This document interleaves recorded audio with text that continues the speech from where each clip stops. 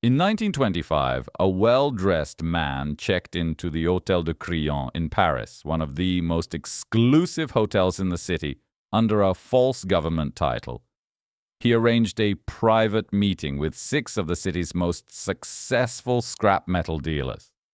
He told them the Eiffel Tower was structurally failing, too expensive for the city to maintain, and that the French government had secretly decided to sell it for scrap rather than admit the embarrassment publicly. None of this was true. One of the 6 men believed every word of it. He paid this stranger the equivalent of over $1 million in today's money to buy the Eiffel Tower. The man took the money, thanked him, and vanished. 6 months later, he came back to Paris and sold the Eiffel Tower again. His name was Victor Lustig, and he might be the most successful con man in recorded history. Let's talk about how you sell something you don't own, twice. To understand how this worked, you need to understand what Paris looked like in 1925. World War I had ended 7 years earlier, and France was still recovering. The economy was unstable. The government was dealing with enormous debt, and the Eiffel Tower, built in 1889 as a temporary structure for the World's Fair, originally intended to be dismantled after 20 years, was, in 1925, genuinely expensive to maintain. It required constant repainting. It was a structure nobody had originally planned to keep permanently. This is important. Lustig's lie worked because it was almost believable. The tower actually did need expensive upkeep. The government actually had considered its future uncertain decades earlier. He wasn't inventing a scenario from nothing.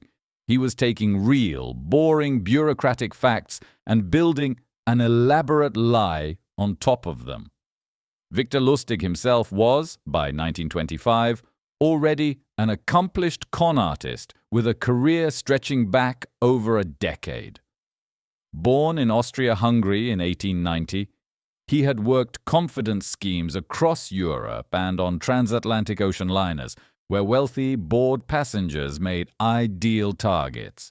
He spoke 5 languages fluently. He was charming, well-dressed, and had an almost supernatural ability to make people trust him within minutes of meeting him.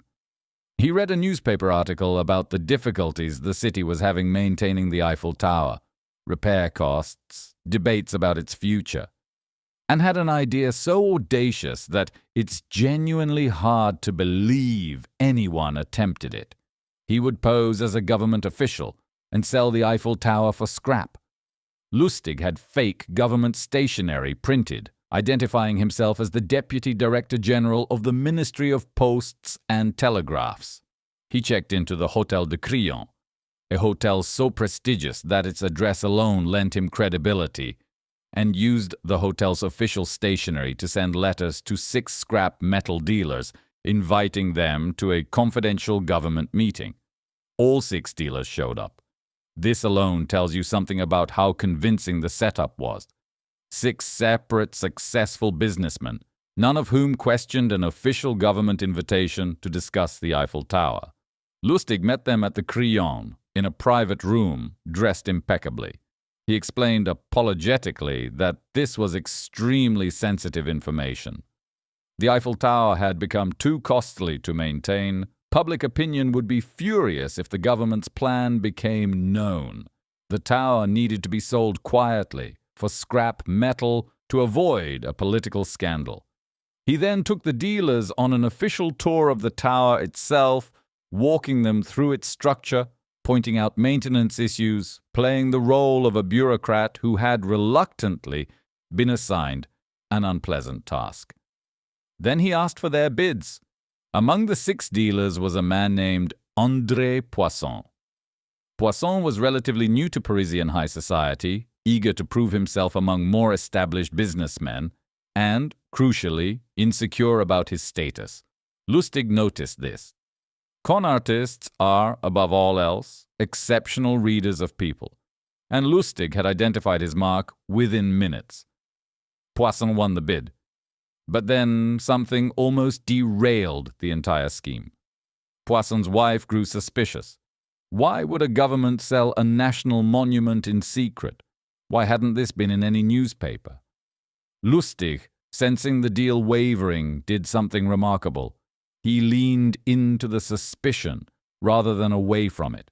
He confided to Poisson, in a moment of apparent vulnerability, that his government position didn't pay well, that men like him, doing thankless bureaucratic work, were chronically underpaid, and that he would appreciate a little something extra, a bribe, to make sure Poisson's bid was the one selected. This was the genius of the con.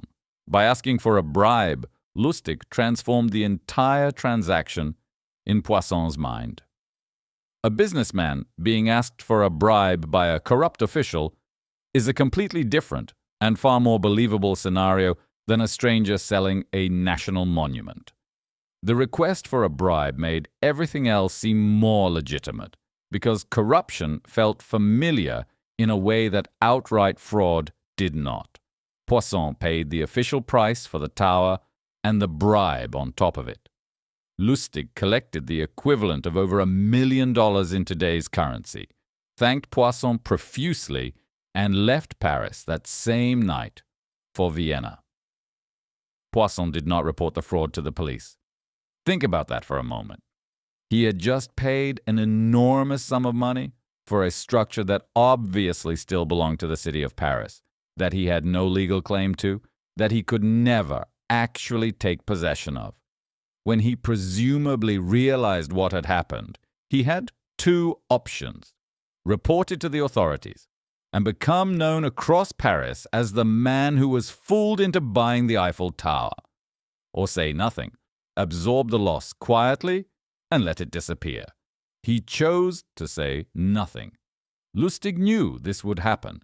It's arguably the most important part of the entire scheme. Not the fake stationery, not the elaborate cover story, but the correct prediction that his victim's own embarrassment would protect him from consequences. And because it worked so well the first time, Lustig came back to Paris 6 months later. He identified new scrap metal dealers. He ran the exact same scheme again: the government meeting, the confidential tour, the bids. This time, though, his mark grew suspicious before paying and went to the police. Lustig fled to the United States before he could be arrested. In America, Lustig continued his career as a con artist for years. He is credited with running a money-printing scam that convinced Marx he had a machine capable of duplicating currency. He allegedly conned the famous gangster Al Capone in a separate scheme, convincing Capone to invest in a stock deal, then returning Capone's money, later claiming the deal had fallen through, banking on the fact that Capone would be so surprised to have his money returned honestly that he would trust Lustig completely afterward. It worked. Lustig was eventually arrested in 1935 on counterfeiting charges and sentenced to 20 years in Alcatraz, where he died in 1947.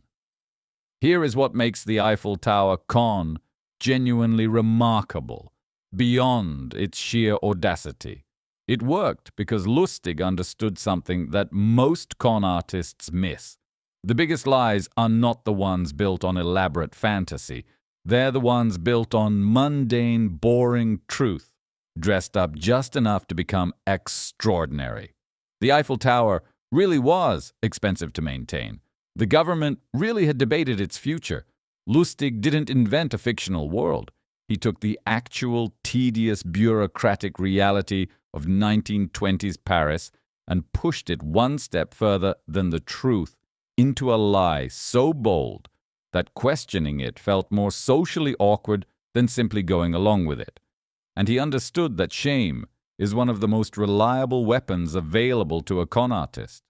Poisson's silence wasn't naivety, it was rational self-protection. Nobody wants to be known forever as the man who paid to buy a landmark that was never for sale. Victor Lustig sold the Eiffel Tower. Then he sold it again. And the man who bought it the first time never told a soul. Which means, technically,